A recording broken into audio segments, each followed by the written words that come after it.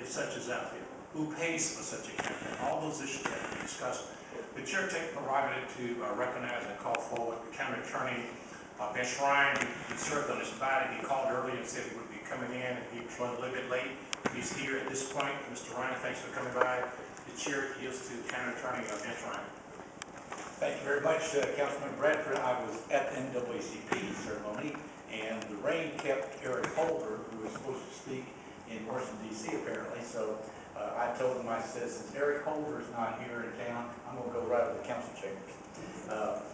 As many of you know, I was on city council between actually the first day of 1988 till the last day of 1993. And during that period of time is when we first considered term limits, among other concepts to make city government stronger.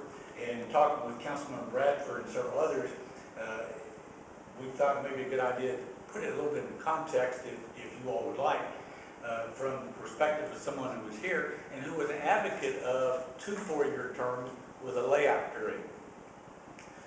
Personally, as a former city council member, as a county official, I think while a strong argument could be made that the lifetime ban, which is also something that was not contemplated by those on council who believed in term limits, or at least thought of the efficacy of term limits at that time, but which was a part of the proposition that also passed, along with, for a brief period of time, for 2 years, a petition process by which you could override term limits and stay on the ballot.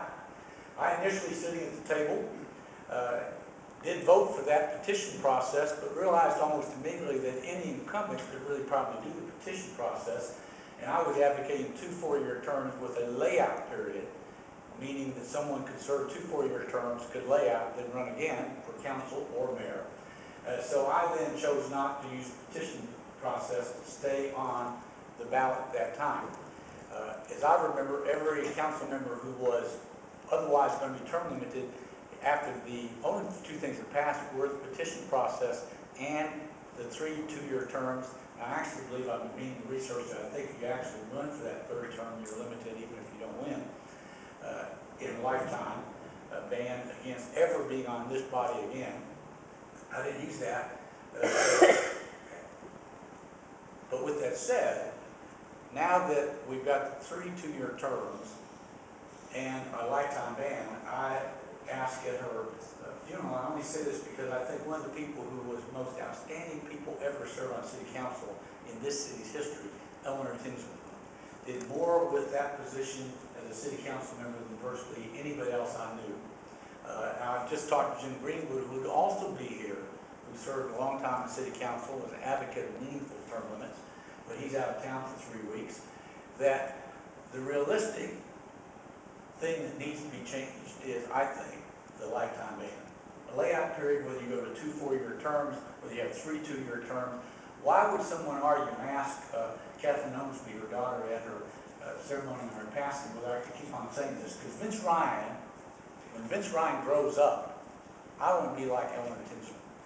I want to be able to accomplish what she did, sitting at that table in ways that she did, and leave behind a legacy like the Reed Commission, the Sparks Program, and other legacies she left behind. I believe she's a council member for 12, 14 years.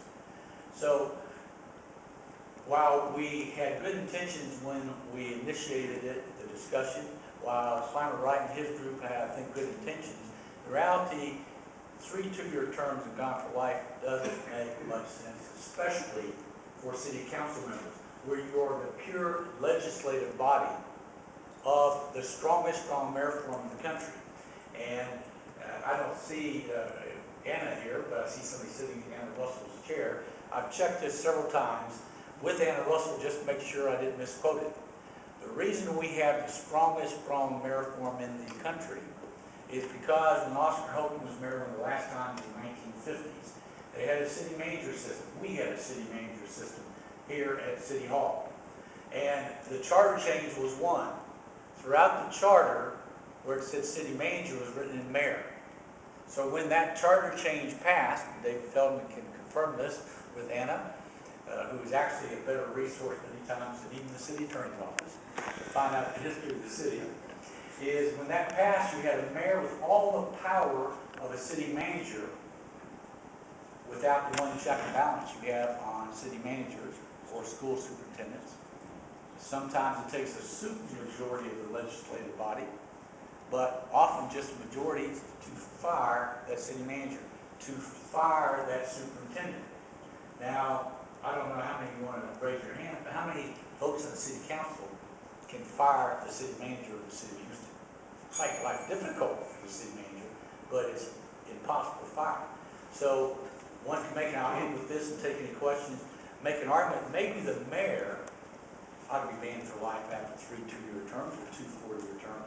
But what point does it make for one of you all not to be able to run again at some point in time in the future and bring that expertise, that experience, that humbling experience of being a legislator at City Hall to City Council again at some future date, if you can raise the resources and if you can get elected again?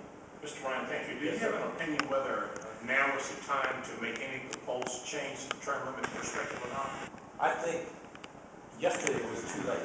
You think now is the time to do it, and why is now the time to do it, in your opinion, please? It's a good time to do it, even though I'm on the ballot in 2012. If this council chooses to do so, or if the process chooses to do so, even though I recognize there are a lot of people who are against it, I pledge to help those who support a change to reasonable term limits. I will support that openly if it's on the ballot in 2012. Thank you, Councilman Burkes in the queue. Yes, sir. Thank you. County Attorney, let me just thank you for coming and for your comments. But I want to bring cohesiveness to this chamber. I'm going to give you a little shocker. Because of the 5 who mentioned, and I respect you all tremendously, I will withdraw my amendment because I respect you. But I don't fear nobody. Let's get this straight. I don't fear you. But I need to have peace in the valley. Your comments are so strong about the thing about, what did you say? You used the word, like you cannot run again, lifetime ban. I have Mark Goldberg right there. That's my deputy chief of staff. You know why, people? Because he had information about council he knew. I wanted to put together a staff that knew how to navigate me through. I'm looking forward to do the best I can do. He was a good councilman. He spent 6 years. And he was a good councilman. But I think this lifetime ban is crazy. When we talk about helping our city, Mr. Chairman, it's about the best for this city. You were a darn good chief of police.